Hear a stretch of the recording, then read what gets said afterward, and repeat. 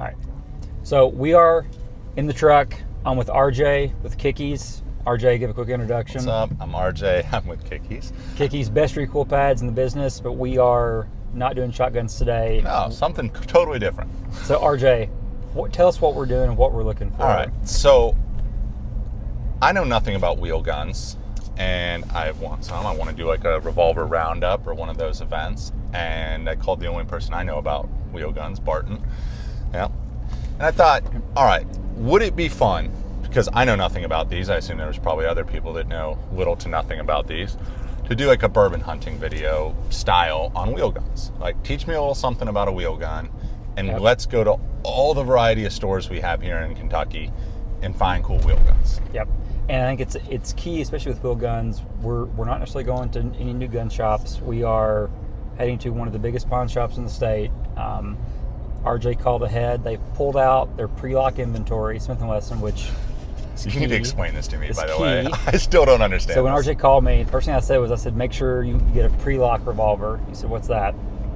So in 2000, Smith and Wesson, unfortunately, gave a little concession to the Clinton presidency, and they started putting a lock on the left side plate of all the revolvers. The nickname I always heard growing up was called the Hillary hole, Hillary Clinton. And what it is a little tiny key, and you can lock the revolver up. The cylinder won't open, it won't spin. Is there actually a key that sticks in there? There's a little bitty key. It's tiny, so if you lose it, not great. Yeah. But what some people noticed happening, it wasn't on a lot of them, but it happened under recoil. Sometimes the lock could lock. So if you didn't have your key with you, you have a revolver that's now dead.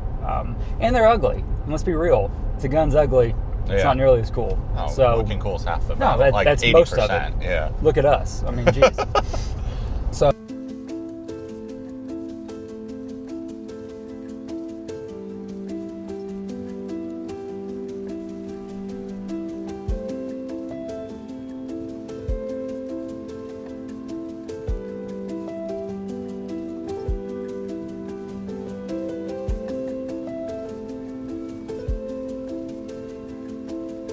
awesome classic Smith that you're looking for.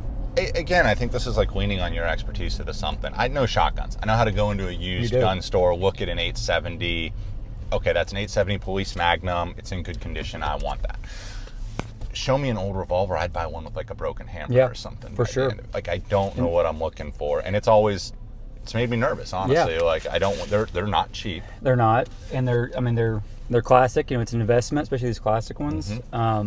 The big thing, and we'll get into this, you're a watch guy, I've noticed. Nerd out on watches. You know, a lot of that crossover in the community. Casual fan.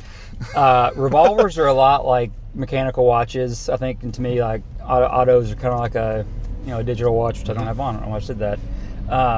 So a big thing to look for is the timing in the revolver. You know, as you're cocking it, as you're pulling the trigger, there's a lot of mechanical things happening to turn that cylinder.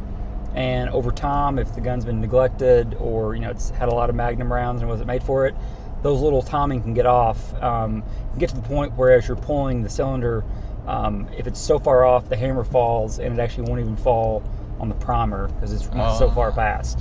So that's a big thing we're gonna look for. And you can tell that at a counter without a snap cap or anything. There's some little tricks you can do. You can tell right away. Because if you kind of pull out a snap cap, they're not gonna love that probably. No. Most counters. So we're looking at that, some little telltale signs. We are back from the hunt. We had a lot of success, some big success. RJ kind of skipped a lot of the levels in revolver ownership and went straight with a big iron. But RJ, 629 Classic. A 629 Classic -4. Yes. What does the dashes mean? So great question. Smith and Wesson, and I've actually got a Model 29 here, -2 for a prop. Both end frames. Or video on that we can reference. Smith and Wesson, you'll see a lot of revolvers. It'll be the something -123, goes up to 10, 12. Those are going to be the model, and then the dash, that number after that is kind of like a generation number. Anytime they make a change with their revolvers, they usually denote it with a new dash, so -2, -3. You have a -4. So is it better to have a lower dash than a higher dash? Generally, the lower the older. A lot of times with Smith revolvers, people tend to like the older ones better. Most importantly, and we talked about the pre-lock. Pre-lock feature, no pre-lock. And I know posted a little snippet earlier of what the lock looked like, but and there's on that side, and there's not one there. So this can is I a tell you pre-lock. about the coolest feature on this gun? Absolutely. All right, this is a factory ported gun, which I think I'd never seen one. I didn't. That's awesome, and I'm geeked out about that. We snagged this from the Castle, Jewelry and Pawn, Castle Arms. Great people, awesome inventory. They had a lot of really unique, cool stuff that I wasn't really expecting. That's the fun part of it, going to these places you wouldn't really stop. They actually have a pretty big online presence too. Yeah, check them out. But he hooked us up with a factory ported 44 Magnum. Call me a ship captain. I love the ports. I want to hit all the ports.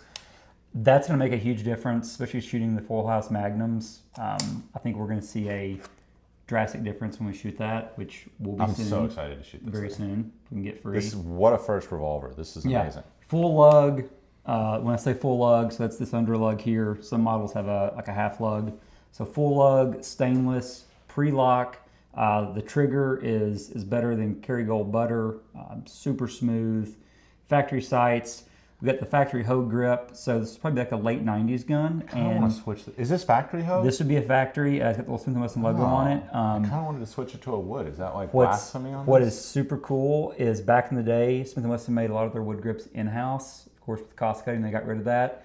Thankfully, with the internet, you can still find some. Okay. I think a pair of Target wood stocks would absolutely pop on that. I love it. And one thing, and I'm sure we'll dive into this on a later video, but I heard it mentioned pinned to barrel.